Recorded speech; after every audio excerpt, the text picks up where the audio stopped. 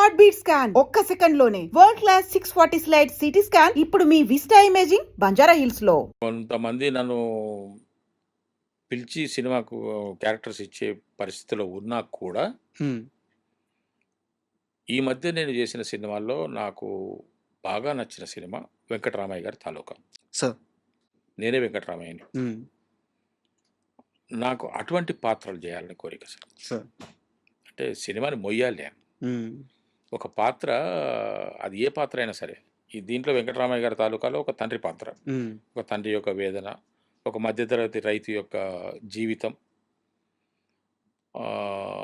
గురించి మనం వెంకటరామయ్య గారి తాలూకాలో చూస్తాం. అది కాకుండా ఇంకా విలన్ క్యారెక్టర్స్ కానీ ఇంకేమైనా ఒక రకమైనటువంటి వెరైటీ క్యారెక్టర్ ఇప్పుడు కమల్ హాసన్ గారు చేస్తారు. అవును, భిన్నమైనటువంటి అటువంటి భిన్నమైన క్యారెక్టర్స్ చేయాలి. ఏ క్యారెక్టర్ చేసినా కూడా అద్భుతంగా ఉంది, భలే ఉందండి క్యారెక్టర్ అనిపించుకోవాలని నా కోరిక. టిల్లు క్యూబ్ ఉండబోతుందా? నాకు ఐడియా లేదు సార్, ఐడియా లేదు. అంటే ఆ ఫ్రాంచైజీ అక్కడ ఆగే ఫ్రాంచైజీలా కనిపించట్లేదు. ఎందుకంటే తీసే ప్రతి సినిమా ప్రతి క్యారెక్టర్ మేము ఓన్ చేసేసుకుంటున్నాము, అలాగే ఆడుతుంది. క్యూబ్ కూడా ఉండబోతుందని తెలుస్తుంది. అంటే నాకు జనరల్గా షూటింగ్ ఉంటేనే సమాచారం వస్తుంది.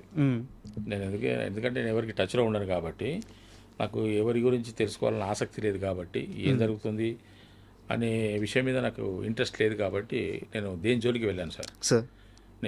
నాకు 3 లొకేషన్లు, ఒకటి మా ఇల్లు, ఒకటి షూటింగ్ లొకేషన్, మూడోది డబ్బింగ్ స్టూడియో. తప్ప నేను ఎవరిని కలవను, ఎవరి దగ్గరికి వెళ్ళను.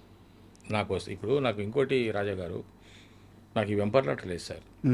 వెంపర్లాట లేదు, దూకుడు లేదు, అనవసరమైన విషయాల్లో జోక్యం కలిగించుకునే అలవాటు లేదు.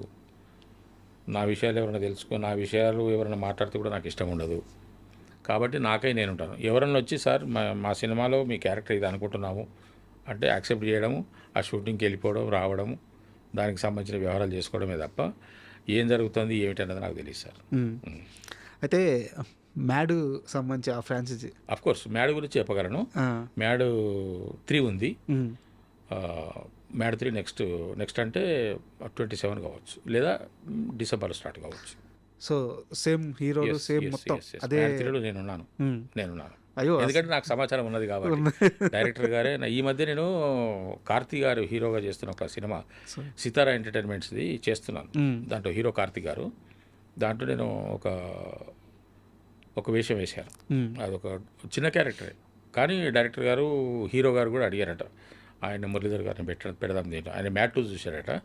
మ్యాట్ 2 చూసి ఆయన పెడదాం దీంట్లో అని చెప్పేసి ఒక క్యారెక్టర్ కోసం వెతికితే పెద్ద క్యారెక్టర్ ఏం దొరకకపోతే పర్లేదు నేను అన్నగా చెప్పుకుంటా అని చెప్పేసి 4 days క్యారెక్టర్ మాత్రమే ఇచ్చారు. చెప్పారు నాకు డైరెక్టర్ గారు, అన్న దీంట్లో వేరే పెద్ద క్యారెక్టర్ లేవు, ఓన్లీ 4 days, నాకు నువ్వు ఏది ఇచ్చినా సరే అన్నాను.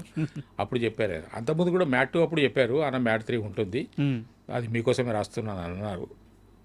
Mat 3 is there. సో ఇప్పుడు సితారాలో చేస్తుంది సేమ్ డైరెక్టరా? Same director. సో వారే చెప్పారు మీకు మ్యాడ్ 3 కన్ఫర్మ్ అని చెప్పేసి. అయితే నాకు ఒక చిన్న ఇన్ఫర్మేషన్ తెలిసింది మ్యాడ్కి సంబంధించిన. ఇదే మీ యాక్టింగ్ చూసిన తర్వాత జూనియర్ ఎన్టీఆర్ గారు చాలా స్పెషల్గా మిమ్మల్ని. అవును సార్, అది కూడా నాకు నిజంగానే కొంతమంది మనుషులు మాట్లాడితే, మనసు విప్పి మాట్లాడితే అది ఒక మంచి భగవద్ అనుగ్రహం అనిపిస్తుంది నాకు. ఎన్టీఆర్ గారు కూడా అదే మాట అన్నారు. ఒక్కసారి అది చెప్పండి సార్, ఏం జరిగింది అసలు? నేను లేను సీన్లో. మీ గురించి చెప్పడం అంట అంటే ఆయన స్పీచ్, ఆయన స్పందన తెలియజేస్తూ సీన్ గురించి, వాళ్ళ బావమరిది గురించి, హీరో గురించి, ఇంకా మిగతా హీరోల గురించి మాట్లాడుతూ ముఖ్యంగా ఈ సినిమాలో చెప్పాల్సింది ఏంటంటే, అది ఫాదర్ క్యారెక్టర్ వేసిన, ఆయనకు పేరు గుర్తు రాలేదు, ఫాదర్ క్యారెక్టర్ వేసిన మురళీధర్ గౌడ్ గారు మీరు ఇచ్చిన కంట్రిబ్యూషన్ చాలా గొప్పదండి ఈ సినిమాకి, మీరు చాలా చెప్పారు. అది నాకు చాలామంది ఫోన్లు చేసి చెప్పేంత వరకు నాకు తెలియదు. ఆ తర్వాత చూశాను. ఆయనకు నా ధన్యవాదాలు. ఎప్పుడైనా కలిసారా? అదే మీతో వచ్చిన సమస్య అదే కదా. ఇప్పుడు అంత పెద్ద హీరో అంత మంచిగా పొగిడినప్పుడు ఎవరైనా ఏ నటుడైనా వెళ్ళి కలుస్తాడు. అదే నాకు ఉన్నటువంటి వీక్. అంటే కలిస్తే ఏమనుకుంటారో భయం సార్ నాకు. ఎందుకు అనుకుంటారు సార్? అట్లా అనిపిస్తుంది నాకు. నేను మన ఎవరితో ఇంటర్వ్యూ ఒక 2 years బ్యాక్ నాగేంద్ర కుమార్ గారితో, పసుమర్తేనా నాగేంద్ర కుమార్ గారితో చేస్తున్నప్పుడు ఇది మురళీధర్ గారు, అది మీకు డెఫినెట్గా నేను చెప్తున్నాను, అది మీకు మైనస్. మీరు ఖాళీగా ఉన్నప్పుడు ప్రతి ఆఫీస్కి వెళ్ళండి, అందరినీ కలవండి, జస్ట్ వెళ్ళి హలో చెప్పినండి, మీకు ఉన్న తప్పేమిటి, మీరు వెళ్ళి రావాలండి, అది లేకుంటే మీకు నష్టం అండి అన్నాడు ఆయన పాపం ప్రేమతో. కానీ నేను కదలలేకపోతున్నా. అంటే నిజంగానే అంటే నాగేంద్ర కుమార్ ఎందుకు గారు మన శ్రీకాంత్ గారు అన్నారు, శ్రీకాంత్ గారు మన ప్రసాద్ ల్యాబ్స్లో అన్నారు, ఆయన కూడా గొప్ప మాట అన్నారు. చాలా గొప్ప నటుడు అండి, మంచి నటుడు, మంచి టైమింగ్ ఉన్నటువంటి నటుడు. మీరు ఏదైనా ప్రమోషన్ ఉంటుంటే నాకన్నా కూడా ఇంకా ఆయనతోనే ఎక్కువ తీసుకోండి, సినిమాలో సీన్స్ కూడా నాకన్నా ఇంకా ఆయనకే ఎక్కువ పెట్టాడని నేను అన్నాను అని ఎవరైనా అంటారా సార్? అంతే అలాగే కదా. అలాగా ఇప్పుడు నాకు వచ్చిన ప్రశంసలు మన బాలకృష్ణ గారు, తారక్ గారు, శ్రీకాంత్ గారు, ఇంకా చాలామంది మనసులో నేనున్నాను. మొన్న 13వ తారీఖు నాడు చిట్టిబాబు గారు, రాజ్బాబు గారు తమ్ముడు చిట్టిబాబు గారు ఒక సినిమాలో చేశాం, నినాగా మొన్న ప్యాకప్ అయిపోయింది, అందరు వెళ్ళిపోతున్నారు. సార్ అక్కడ కూర్చున్నారు, కార్ వస్తున్నది, అక్కడ కూర్చున్నారు. నేను వెళ్ళి సార్ వెళ్తున్నానని చెప్దామని వెళ్ళాను. వెళ్తే ఆయన పాపం ఆశీర్వదించారు, చాలా గొప్పగా ఆశీర్వదించారు. సార్ అది మనసులోంచి వచ్చిన మాట, నేను కోరుకున్నది కూడా కాదు.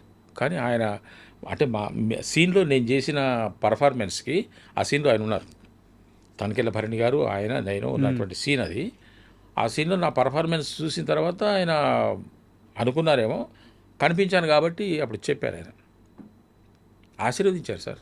మిగతా వాళ్ళేమో అది ఇది అన్నారు, ఈయన ఏకంగా ఆశీర్వదించారు. సార్ ఇదే కదా మీరు కోరుకున్న గౌరవం కానీ నాకు జీవితం అనిపిస్తుంది, కానీ ఇదే కదా. నిజంగా భగవంతుడు నాకు ఎంత అనుగ్రహించాడు, నాకు ఎంత గొప్ప వరం ఇచ్చాడు అని అనిపిస్తుంది సార్. పెద్ద పెద్దవాళ్ళు వీళ్ళందరికన్నా ముందు, అంటే నేను వీళ్ళందరికన్నా ముందని ఎందుకు అనాల్సి వస్తుందంటే, వేషాల కోసం వెతుకుంటున్న పరిస్థితుల్లో నాకు వినవయ్య రామయ్య అనేటువంటి సినిమాలో, సింధురపుర కృష్ణారెడ్డి గారి సినిమాలో నేను ప్రకాష్ రాజ్ గారి పక్కన క్యారెక్టర్ నాది. ఆ సీన్ అయిపోయిన తర్వాత ఆ సీన్లో రమాప్రభ గారు ఉన్నారు, తులసి గారు ఉన్నారు, రామరాజు గారు ఉన్నారు, హీరో గారు ఉన్నారు, హీరోయిన్ గారు ఉన్నారు.